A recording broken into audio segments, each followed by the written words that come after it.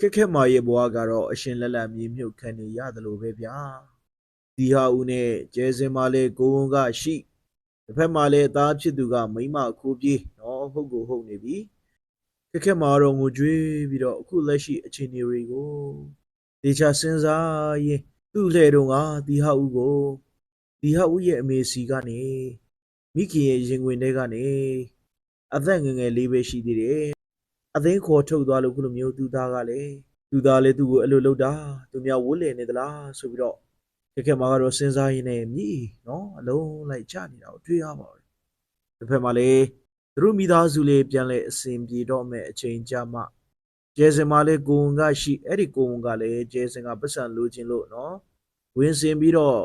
လာရောက်ပြီးတော့ငွေလိုချင်လို့ပြောတာလားတကယ်လားဆိုတာခက်ခက်မှာတော့မသိသေးဘူးလောလောဆယ်မှာတော့ခက်ခက်မှာသေခါနီးသလိုကိုဖြစ်နေပါပြီနော်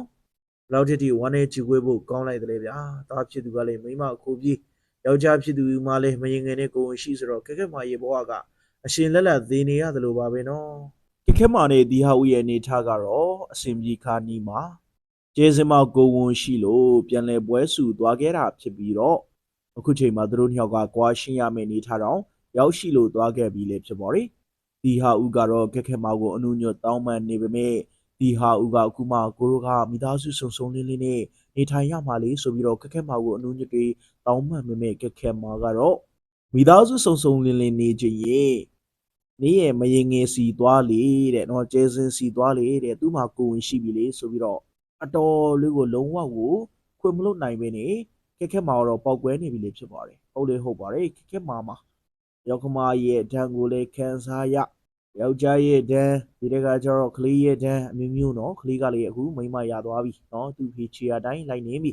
ဆိုတဲ့အခါကျတော့ခက်ခက်မှာအနေနဲ့ကတွန်းတိုင်းဒီလိုမျိုးလောကဓာတ်တွေကိုဒီဇက်ကားမှာခံစားရတာကမလွယ်ကူဘူးနော်ဒါမှလူတယောက်ဆိုရင်ဆွဲကြိုးတောင်ချနေနိုင်တဲ့အနေထားမှာရှိတယ်ဆိုတော့မလွယ်ကူဗျာနော်သူချိန်မှာတော့ခက်ခက်မှာခင်ဗျာမှာအယူတပိုင်းဖြစ်နေရပြီလေဖြစ်ပါတယ်နော်ဒီဟာဦးဟာလေမိကျူးလွန်ခဲ့တဲ့မှားကြောင်လုံးဝကိုပြန်လည်ပြင်ဆင်လို့မရတော့တဲ့အနေထားမှာရှိသွားခဲ့ပြီလေဖြစ်ပါတယ်ဗျာ